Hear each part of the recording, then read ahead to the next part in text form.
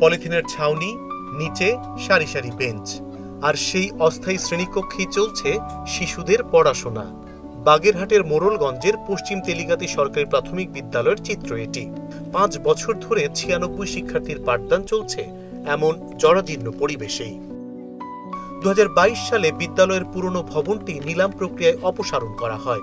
এরপর নতুন ভবন নির্মাণের অপেক্ষায় কেটে গেছে 5 বছর, কিন্তু এখনো মেলেনি বরাদ্দ। ফলে পলিথিন টাঙিয়ে তৈরি ছাপড়া ঘরেই চলছে পাঠদান। বৃষ্টি হলে ছাউনির ফাঁক দিয়ে পানি পড়ে। গরমে পাখাবিহীন ঘরে ক্লাস করাও হয়ে পড়ে কষ্টকর।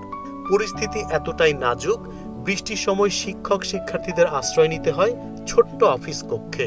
এমনকি পরীক্ষা নেওয়ার কাজও করতে হয় সেখানে। উপর থেকে ঝরঝর করে পানি পড়ে। ক্লাস করার সময় আমাদের বই খাতা ভিজে যায়, পাশ থেকে পানি এসে আমাদের অনেক অসুবিধা হয়। পরীক্ষার সময় কাগজ ভিজে যায়। আমাদের বিদ্যালয়টি একটি গোলপাতার ঘর। বৃষ্টি হলে পরীক্ষার সময় আমাদের পরীক্ষার খাতা ভিজে যায়। বৃষ্টি হলে চালের থেকে পানি পড়ে, আমাদের ক্লাস করতে অসুবিধা হয়।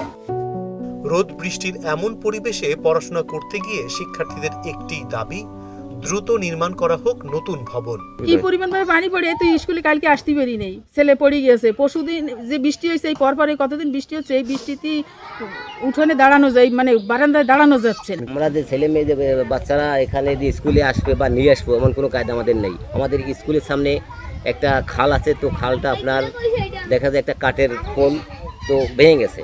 আমি চাই যে আমাদের এখানে ভালো একটি ভবন হোক, বাচ্চারা যাতে সুন্দরভাবে লেখাপড়া করতে পারে।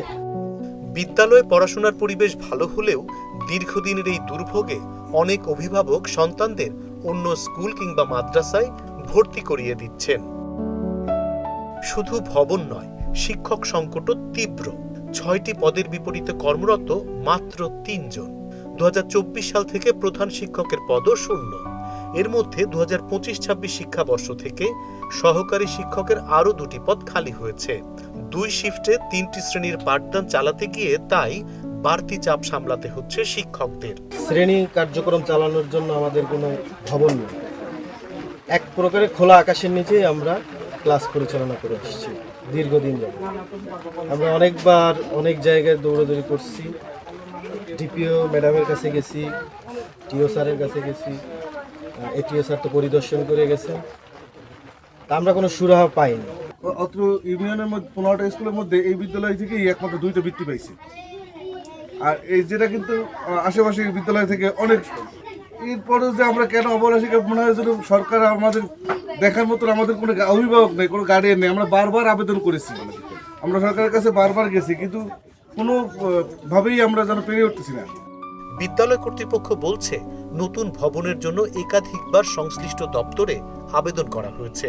বিষয়টি জানানো হয়েছে ঊর্ধ্বতন কর্মকর্তাদেরও। ঊর্ধ্বতন কর্তৃপক্ষের কাছে আবেদন করছি বহুবার, কিন্তু উপজেলা বরাবর আবেদন করার পর আমাদের যেখানে টিন দরকার 20 বান, সেখানে আমাদের 3 বান টিনের ব্যবস্থা করছে।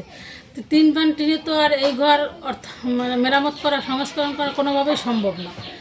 আমরা এই জন্য উপরে একটি পলিথিনটা নিয়ে কোনো রকম ক্লাস কার্যক্রম পরিচালনা করে আসছি। আমাদের শিক্ষক দরকার, শিক্ষক সংকট হইলে পাঠদান দেওয়া সম্ভব না। তবে আশার কথা শোনাচ্ছে উপজেলা শিক্ষা অফিস। বিদ্যালয়টির ভবন সংকটের বিষয়টি ঊর্ধ্বতন কর্মকর্তাদের জানানো হয়েছে বলে দাবি কর্মকর্তাদের।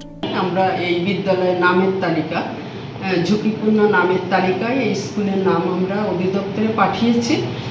আশা করছি যে আমাদের অতি দ্রুত এই বিষয়ে একটি ব্যবস্থা ঊর্ধ্বতন কর্তৃপক্ষ নেবেন। আমাদের নতুন শিক্ষক নিয়োগ হবে 1 অক্টোবর, সেহেতু আমাদের এই শিক্ষক সমস্যা এখানে কেটে যাবে। প্রতিশ্রুতি আছে, প্রস্তাবও আছে, নেই শুধু একটি নিরাপদ ভবন। তাই প্রশ্ন একটি, আর কত বৃষ্টি রোদ পেরোলে এই শিশুদের মাথার উপর উঠবে নিরাপদ ছাদ?